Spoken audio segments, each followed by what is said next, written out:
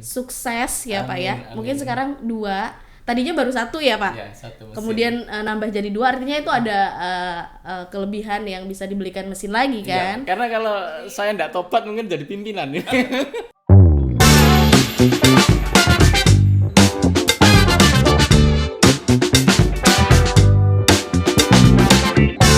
Oke, selamat datang buat Pak Arif.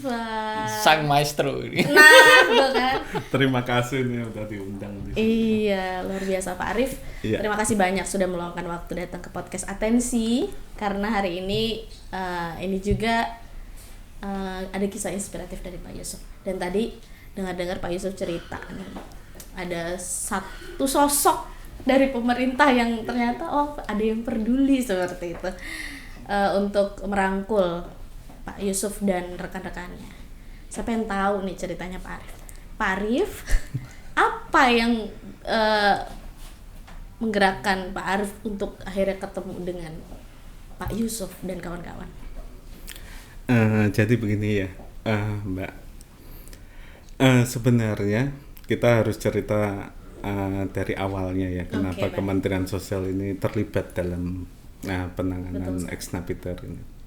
Jadi isunya itu dimulai pada tahun 2016 ketika marak aksi pemboman ya, isu radikalisme mencuat, berkembang atas perintah langsung dari Pak Jokowi, Presiden kita, diminta Kementerian Sosial untuk terlibat dalam penanganan deradikalisasi. Disitulah Kementerian Sosial mulai tahun 2017 sampai sekarang mulai terlibat.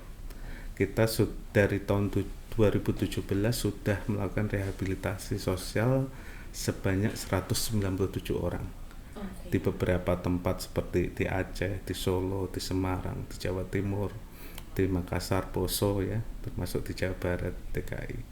Dan semuanya itu kita bekerja sama dengan LKS-LKS yang ada di masyarakat. Artinya kita lebih pada community base, berbasis masyarakat, lebih mengedepankan peran serta masyarakat. Memang tantangannya memang LKS-LKS ini tidak banyak Mbak yang menangani isu terorisme ini. Dan itu menjadi tantangannya. Nah, kita mulai bergerak itu kita juga menangani juga Mbak, di samping ex napiter juga deportan returnis dari luar negeri yang terkait dengan ISIS ya. Itu kita melayani lewat RPTC Bambu Apus. Kalau yang anak-anak kita referral ke Handayani. Tapi terkait dengan penanganan berbasis masyarakat untuk ex napiter memang Kementerian Sosial ini pendekatannya memang agak beda Mbak. Karena dalam ilmu pekerjaan sosial itu ada istilahnya adalah correctional services. Jadi ketika narapidana teroris itu sudah bersalah ya, misalnya melakukan pengeboman atau terlibat isu radikalisme, ketika dihukum itu ya sudah. Artinya ibarat buku itu dia lembaran baru. Jadi seperti blank sheet, istilahnya kertas kosong. Yang harus kita isi dengan catatan-catatan yang baik. Permasalahannya adalah ketika teman-teman ex napiter ini sudah menjalani rehabilitasi di lapas ya, ketika keluar dia harusnya lingkungan sosialnya itu mendukung, community masyarakat mendukung. Tapi yang terjadi justru sebaliknya, masyarakat menutup pintu mereka. Nah, ini berbahaya sekali karena apabila ini terus berlangsung ya, mereka akan kembali ke jaringan yang lama. Makanya menurut saya pemerintah harus hadir, artinya saya yakin kok itu mereka yang sudah menjalani hukuman pidana itu menyesal kok. Saya beberapa bincang-bincang dengan Pak Yusuf, dengan teman-teman yang di Aceh dan lain sebagainya, mereka itu jiwa muda. Misalnya ini alim ulama kita, kiai kita, ustadz kita, amir kita itu ditangkap pemerintah, dianiaya. Nah itulah yang giroh, itu sesaat sebenarnya. Menurut saya pendekatan kita sudah berubah ya. bahwa pendekatan punishment itu dimanapun itu tidak berhasil. Yang ada adalah pendekatan koreksional. Ya. Kalau orang itu salah ngaji, tersesat dalam hutan, itu nggak dipukulin, ya, tetapi ditunjukkan jalan yang benar. Nah, saya pikir pekerja sosial ya melalui Kementerian Sosial ini hadir untuk memberikan kesempatan mereka untuk memulai hidup baru. Yang dialami teman-teman kayak Pak Yusuf pertama adalah ketika keluar yang pertama adalah pekerjaan. Karena orang yang di penjara ya, dibina di lapas berapa tahun, tiba-tiba keluar nggak ada resources ya, itu harus dipikirkan bagaimana bekerja. Kalau dia nggak ada pekerjaan luntang-lantung dideketin jaringan, daripada balik lagi deh. Kementerian Sosial ya lewat Dirjen Rehabilitasi Sosial itu langsung bergerak ya, bekerja sama dengan LKS untuk meraih hati mereka, memberikan kesempatan pada mereka. Nah, makanya kami dari tahun 2017 sampai 2020 itu sudah memberikan bantuan-bantuan modal usaha. Salah satunya yaitu Pak Yusuf. Beliau ini luar biasa walaupun sebagai penerima manfaat, tetapi juga sangat peran aktif dalam membantu kami melakukan penjangkauan dari Semarang, Solo, Kudus, Semarang. Kayaknya itu dikasih tahu juga ya Pak. Dalam satu saya sampai Pak Yusuf ini luar biasa. Sebenarnya leadershipnya, saya bilang wah ini beliau kayaknya cocok untuk menjadi pemimpin. Jadi konsepnya kita sekarang, Mbak. Jadi kita berdasarkan pengalaman lapangan ya. Semakin ex-napitar itu mempunyai kegiatan yang bermanfaat, membawa benefit ya, manfaat bagi masyarakat, semakin dia mudah diterima. Pak Yusuf ini dia punya kegiatan laundry misalnya. Laundry itu bermanfaat bagi masyarakat. Nah, semakin cepat reintegrasi sosialnya terjadi. Jadi pasca rehabilitasi sosial ada namanya reintegrasi sosial. Nah, reintegrasi sosial inilah yang yang harus dilakukan dengan baik, dengan melibatkan masyarakat. Saya pikir apa yang dilakukan Pak Yusuf ini adalah contoh ya, bahwa orang itu kalau diberikan kesempatan dan dikasih kepercayaan dan didampingi, dia akan sukses. Betul. Benar yang seperti Pak Arief bilang tadi ya. Kalau tersesat itu ditunjukkan jalan yang benar seperti itu ya Pak ya. Saya itu apa? Kemarin itu ada yang ngomong ya, dulu ada yang ngomong. Ya hati-hati tuh, Kementerian Sosial udah dianggap togut katanya. Karena udah bekerja sama dengan Densus 88 dengan kepolisian. Saya bilang, tunggu dulu, nggak semudah itu. Yeah. Karena Kementerian Sosial itu beda. Kementerian Sosial itu orang kerjanya nothing tulus ya. Yeah. Kenapa? Jangankan ex-napitar, orang dengan HIV/AIDS kita tangan. Yeah. Orang di prostitusi kita tangan. Orang dengan penyakit ODGJ pun kita tangan, mental illness kita. Semua masa kita tangan, dan kita memang bekerja sambil pengabdian ke dalam masyarakat. Yeah.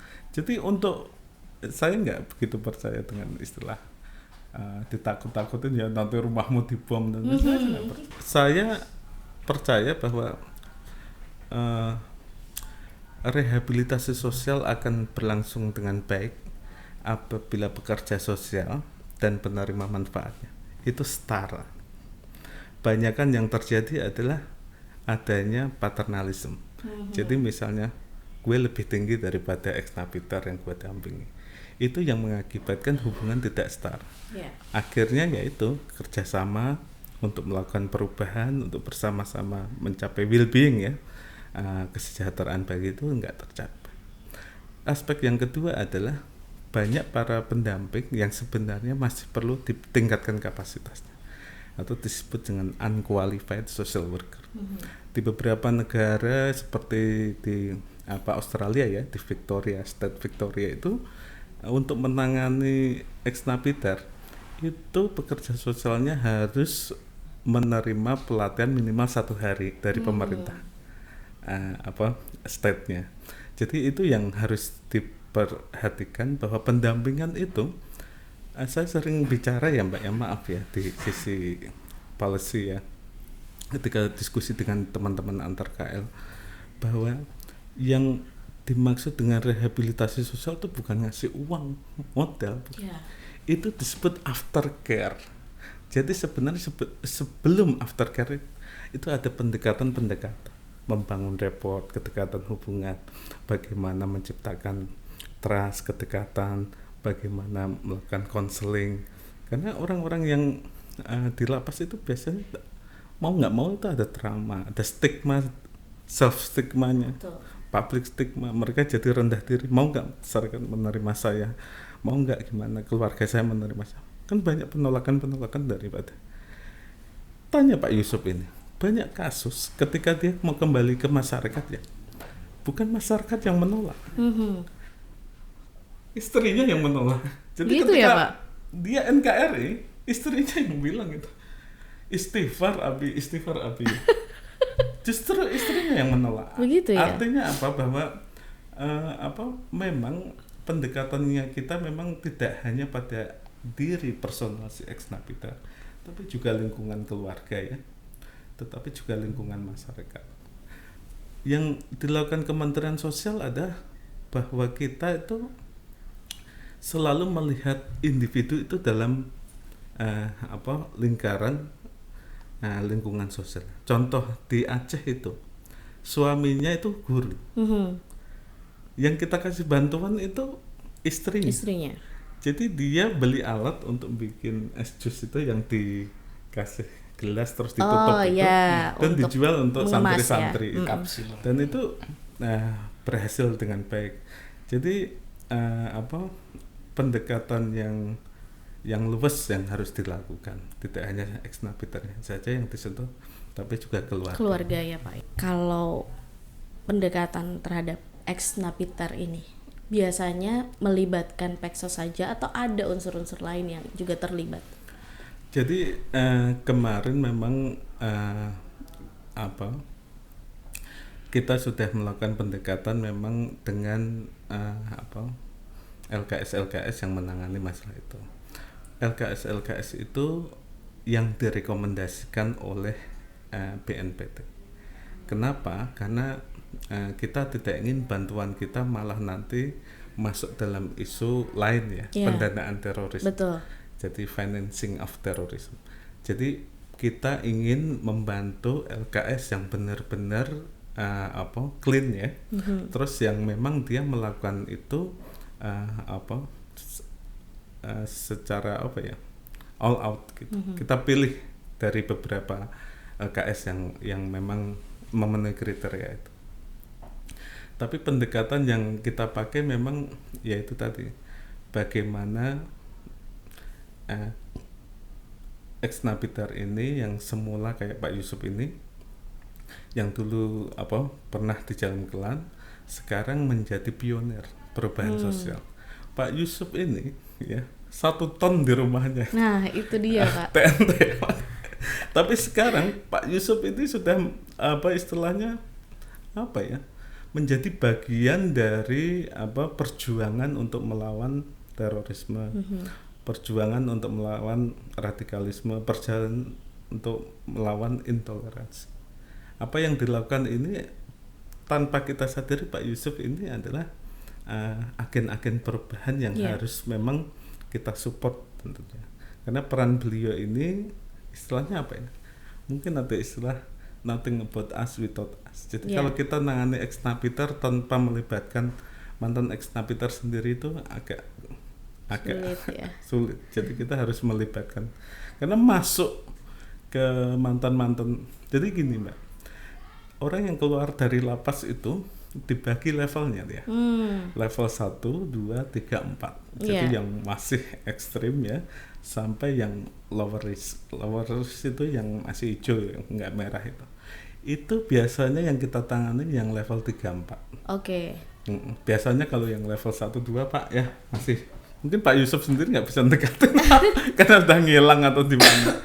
Agak ngeri tapi gitu ya. Tapi paling tidak ya, uniknya memang mendekati jaringan itu susah kalau orang biasa. Itu yang saya Penasaran. Orang-orang seperti Pak Yusuf inilah yang menurut saya ini menjadi penolong bagi Kementerian Sosial untuk bisa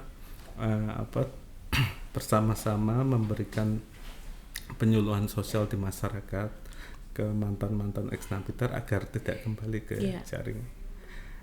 Banyak mungkin yang dilakukan Pak Yusuf ini ya, sampai mungkin tadi ya diajak ke jaringannya lagi. Mungkin pernah diancam nggak ya Pak Yusuf? Ada nggak tuh Pak ancaman-ancaman gitu? Pak Yusuf baru jawab. Jadi kalau soal ancaman sih mereka memang juga mengancam dengan menghukumi kamu, antek-anteknya polisi, antek-anteknya pemerintah. Itu saya anggap itu sebagai ya bagian yang kalau versi saya angin lalu lah. Mereka juga pernah mengambil resiko musuh negara. Saya juga pernah kok. Kalau memang ini sebagai sesuatu yang cibiran lah, itu saya anggap sebagai ya mungkin pupuk lah biar saya tetap semangat, subur gitu loh. Dan saya tidak henti-hentinya orang-orang yang benci sama saya itu juga sering saya perhatikan keluarganya, saya tanya kabarnya, bahkan saya nyimpen kontaknya kalau saya dapat itu. Bahkan kabar terbaru misalnya saya tidak bisa mendekati dia, tapi saya berkunjung ke tempat dia, bisa ketemu ibunya, walaupun dia mengunci diri di kamar. Itu bagian tersendiri proses memang. Jadi belum mendengar langsung saya bagaimana dia, biar sejalan lah. Bahkan ada yang, Mas sampean 1 tahun malah belum pernah kesini, ini terlambat sampean katanya gitu. Nah saya kan berprasangka Mas, akhirnya sampean anti saya, tapi saya coba datangi, ternyata perkataannya tadi, kok enggak setahun yang lalu, saya bebas sudah setahun yang lalu, belum ada yang datangi saya gitu. Jadi itu juga peluang bagaimana saya berprasangka mereka benci, tapi faktanya malah dirindukan begitu. Jadi ini contoh. Bahkan ibunya, Mas Yusuf kapan kesini lagi? Ini yang notabene Meranin lagi jualan pulsa, jaga counter HP gitu. Alhamdulillah Bu, salam saja gitu. Itu contoh sesuatu yang lebih baik yang kita berikan untuk melakukan resapan ya, walaupun tadi butuh waktu yang lama. Jadi kesadaran yang dia terima mungkin bukan saat ini, mungkin sambil menunggu proses. Kemudian saya juga dapat bahan bagi teman-teman yang sekeras dia juga sudah bisa bersama saya gitu loh. Ini loh temenmu yang dulu sama-sama di Poso, sama-sama di tengah hutan, sekarang bersama saya, ini gimana pendapatmu kayak gitu. Jadi dia mau berkata lagi, wah itu pimpinan saya dulu yang rekrut saya malah sudah ikut Yusuf gitu. Itu contoh-contoh bagaimana minimal dia jadi remnya dia lah menurut saya. Dari sisa-sisa pemikiran dia itu hanya sebatas pemikiran dan tidak sampai pada tindakan, apalagi melanjutkan rekrutmen gitu. Jadi bolehlah benci dan ancamannya terserah, suka-suka lah menurut saya. Dan itu memang sudah saya anggap memang strategi jaringan itu harus mengancam dan sebagainya untuk mendapat pengikut dan itu. Tapi ancaman itu tidak ancaman yang ekstrim seperti itu ya Pak, misal akan menyakiti atau apa? Sempat sih saya berkelahi di lapas ya. Ini dia. Saya berkunjung ke lapas karena dia masih merah, dia mukul saya. Tapi bukan berarti saya balas, enggak, karena memang mungkin dia enggak tahu, dia dihasut orang atau bagaimana. Jadi itu jadi kenangan saya. Jadi saya punya maksud berkunjung, diskusi, dialog, tapi malah dia ngajak berkelahi. Tapi pertimbangan karena memang ini adalah ranah hukum, kalau nanti saya berkelahi juga kena pasal juga gitu lah. Jadi saya mengimbang untuk menahan diri ya gitu. Pak. Padahal gram juga ya. Sampai nunggu saya proses. Gram, padahal niatnya baik, masalahnya dari baik, rumah iya. Bahkan pada level kalau saya kemana-mana, kalau ada kunci mobil yang Elvis itu tak bawa. Kalau ada di tengah jalan nyerang, saya juga bela. Berarti gitu. masih ini ya. Manusiawi, betul. Artinya kalau ke ancaman sampai ke keluarga juga enggak sampai seperti itu. Dan sudah saya sosialisasi ke keluarga bahwa saya ini adalah ngajak teman-teman untuk balik, perkara mereka benci. Juga kadang-kadang istri saya kenal sama istrinya mereka. Bahkan ada yang teman istrinya saya ditangkap lah, tuh juga ditangkapkan sekarang gitu lah. Jadi ada semacam apa ya istilahnya rememori dengan masa lalu, karena mereka juga punya background yang sama dengan saya dan keluarga gitu loh.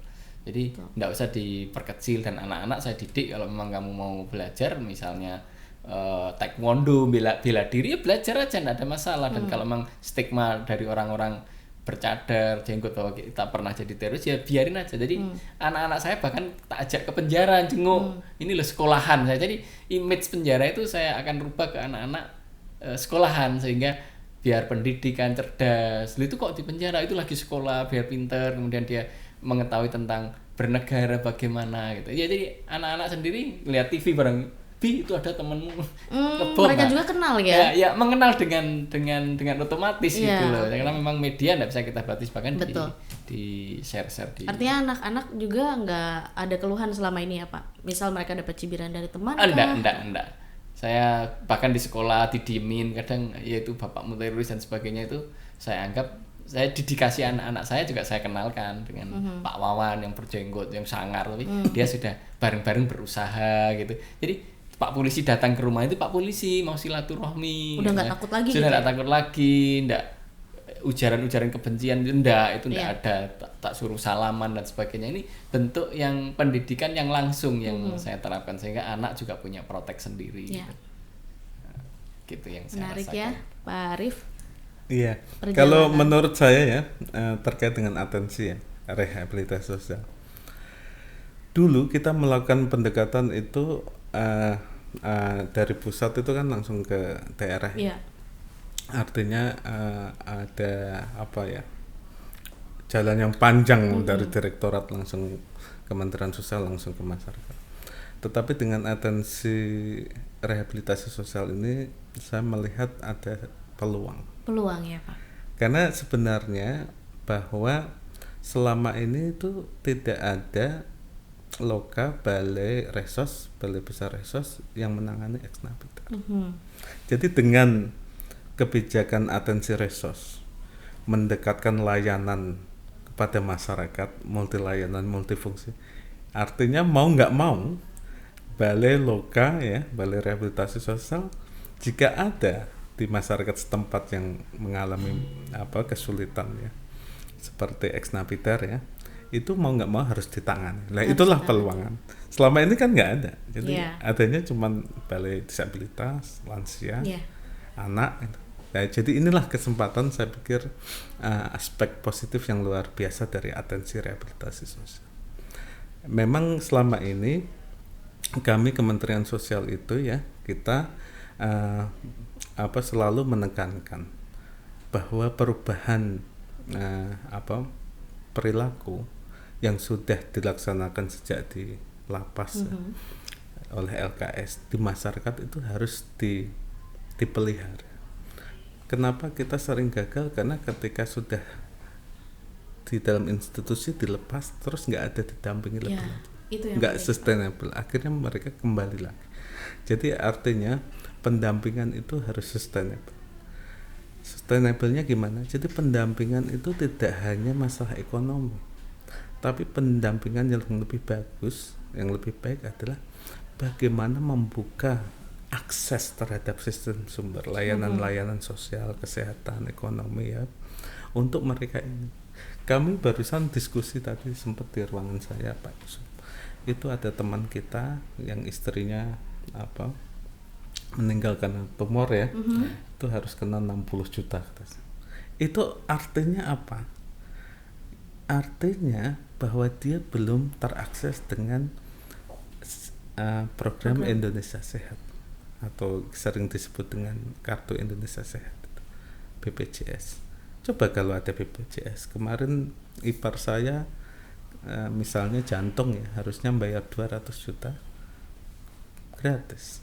Kemarin tetangga saya paru-paru 100 juta gratis. Lah ini tumor, kalau misalnya bisa terakses saja BPJS, artinya tidak akan membebani terus.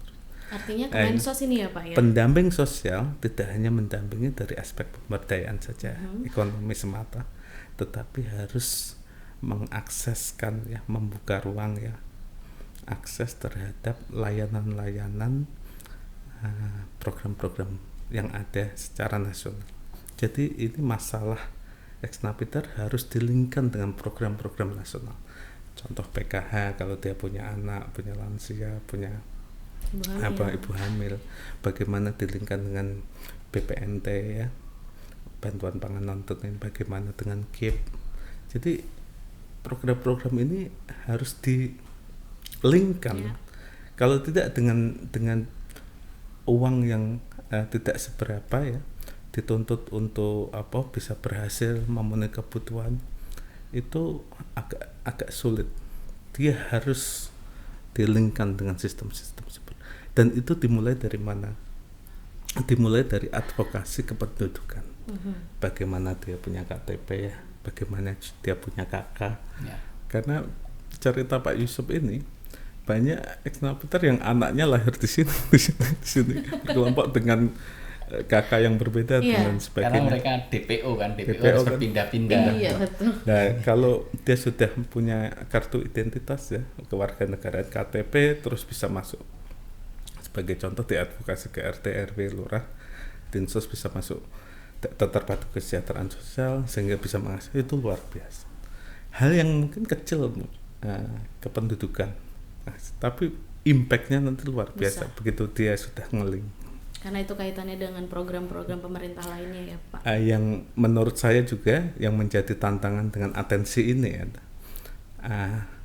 saya melihat memang di daerah saja itu seringkali teman-teman di kantor sosial ya, di dinas sosial menganggap bahwa ini bukan isu rehabilitasi sosial. Wah, itu isu keamanan, itu bukan sosial. Iya. Ya memang rotasi yang cepat, background yang berbeda kadang seperti. Nah, tugas kita dari kementerian itu untuk memberikan edukasi kepada teman-teman di dinas sosial juga. Dan ini tantangannya adalah jika atensi ini dibuka ya tahun ini, kapasitas dari para pekerja sosial kita, penyuluh sosial kita harus ditingkatkan. Paling tidak dia tahu isu-isu tentang terorisme, radikalisme, ekstremisme berbasis keras, bagaimana menanganinya, bagaimana melakukan pendekatan, bagaimana melakukan komunikasi yang baik. Kalau tidak, mereka tidak tahu apa yang berbuat apa. Kan? Karena kan atensi saat ini udah multifungsi multilayanan. Tapi ya Pak. Ternyata saya melihat animonya memang luar biasa dari Balai Loka ya, sehingga banyak sekarang meminta kita untuk memberikan bridging. Sebagai contoh, di Balai Pangudi Luhur kemarin tahun 2021 itu kedatangan teman-teman dari Yayasan Bintal di Bekasi yang mantan-mantan ex-napiter. Bu Kokom sangat proaktif mengundang kita untuk mendampingi, menjembatani, karena takut juga mungkin nggak biasa nangani terus. Tapi akhirnya ada komunikasi yang baik, ada diskusi yang baik bahwa nanti Peksos akan turun, akan melakukan need assessment, akan melakukan pendekatan sehingga nanti intervensi yang dilakukan, kegiatan-kegiatan yang dilakukan, bantuan-bantuan yang dilakukan tepat sasaran sesuai kebutuhan. Dan pendampingannya benar-benar pas ya Pak ya. Iya. Untuk multifungsi multilayanan semua punya peluang besar. Saya pikir Pangudi Luhur itu role model yang perdana melakukan itu Bu Kokom itu. Ini mungkin bisa menjadi contoh bagi Loka atau balai yang lain untuk secara aktif ya untuk berkata terhadap isu-isu ex-napiter. Oke, luar biasa nih Pak Arief ya. Kita sudah mendapatkan pencerahan juga sosialisasi ya Pak ya. Bahwa kita di atensi ini sudah mulai terbuka lebar untuk memberikan pendampingan. Peluang yang bisa dikatakan peluang besar ya Pak ya. Karena Balai Loka semua ini sudah mempunyai tugas untuk menjangkau semua klaster. Resources sudah ada, ya artinya pekerja sosial, penyuluh sosial sudah banyak yang ada di Pati. Tinggal bagaimana melakukan peningkatan kapasitas secara masif dan intensif. Luar biasa. Kita doakan semoga atensi ini bisa terus berjalan dan juga teman-teman ex-napiter ini bisa bertemu dengan teman-teman balai ya Pak ya. Ini artinya, Pak Yusuf ini sudah termasuk tidak hanya sukses di bidang ekonomi lagi, tapi juga sekarang sudah mendirikan yayasan yang bergerak dalam penanganan ex-napiter. Wah, luar biasa. Jangan-jangan ini yayasan perdana yang benar-benar khusus untuk ex-napiter ya? Yayasan Persadani, Putra Persaudaraan Anak Negeri. Persadani. Oke, itu di Semarang Pak? Iya, di Semarang untuk Jawa Tengah. Oke, artinya di situ yang nanti akan concern juga menangani teman-teman ex-napiter ya Pak ya? Kebetulan sudah 36 orang ikut di dalamnya dan berpartisipasi untuk ngajak teman-teman yang lain untuk bisa hidup normal seperti kami. Kapan berdirinya Pak? Sekitar 2020 ya. 2020 berarti sudah berjalan hampir 2 tahun ya, Pak ya? Pasca berinteraksi dengan beliau terinspirasi juga. Baik. Kita bareng-bareng. Tapi memang LKS untuk ex napiter masih jarang kan ya, Pak ya? Iya, memang. Nah, ini bisa jadi lompatan pertama nih ya untuk LKS lainnya muncul di beberapa daerah kan, Pak ya. Gitu. Luar biasa Pak Yusuf, ini sepak terjangnya juga dari yang Saya benar-benar banyak belajar dari Pak Yusuf. sama-sama saling belajar ini ya Pak. Dan Pak Yusuf sekarang juga kan akhirnya ngajak teman-temannya Iya. sosialisasi penyuluhan untuk artinya Iya. untuk menata hidup lebih baik Dan seperti itu tentu Pak Yusuf. bimbingan Pak Arif sendiri kan kita juga masih banyak perbaikan Ya. tetap dari teman-teman bersumber dari SDM karena memang inginnya perang ngebom dan sebagainya, tapi hari ini dia harus tertib administrasi, kemudian kesadaran untuk melengkapi ya persyaratan-persyaratan yang Persyaratan administrasi Iya. yang kelembagaan. harus kita jalani gitu. Betul.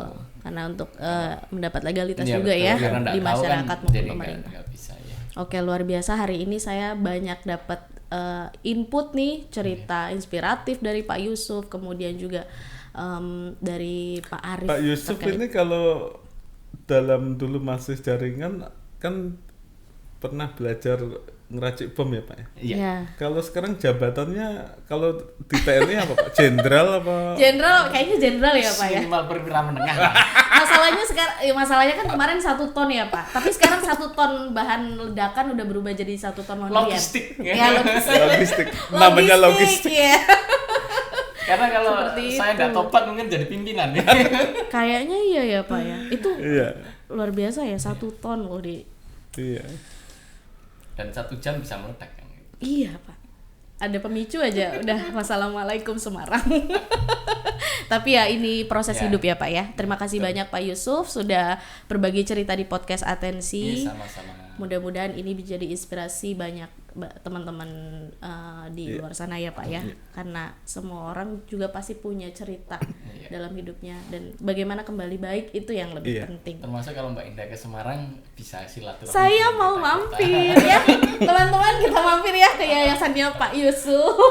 Tapi nggak diajarin bikin bom ya Pak. Nggak.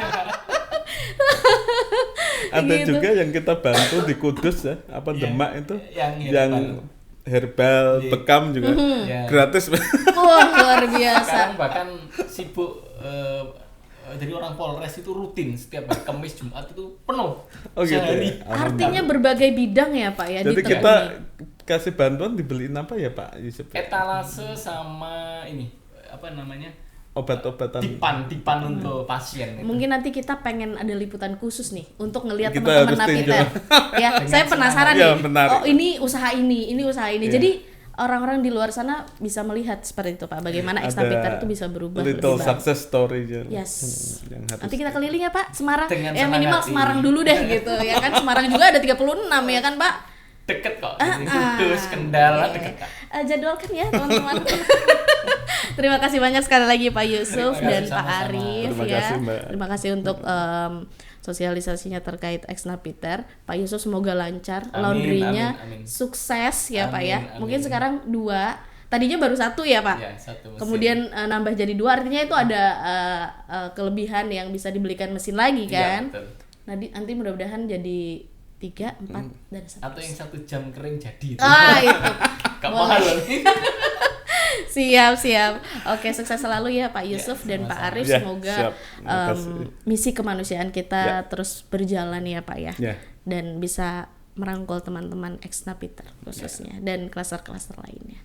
Ya, Kita sampai mengabdi ketemu untuk lagi. negeri. Ya, luar biasa ini bersama untuk negeri, pas banget tagline-nya podcast Atensi Pak. Ya kan Aku udah baca loh. seperti itu. Oke Pak, nanti Iya, kita bisa ngobrol-ngobrol lagi di lain waktu. Mungkin Pak Yusuf nanti bisa ngajak teman ex napiter lain Ya, dengan usaha Mas yang Wawan ya, jago kaligrafi. luar biasa ya kan. Nah, nanti kita undang di podcast Atensi. Sampai ketemu lagi. Iya. Sehat selalu, tetap jaga prokes ya Iya. Pak ya. Mudah-mudahan kita bisa ketemu dalam kondisi sehat walafiat semuanya. Iya. Siap. Terima kasih. Wassalamualaikum warahmatullahi wabarakatuh. Waalaikumsalam Waalaikumsalam warahmatullahi warahmatullahi wabarakatuh. wabarakatuh.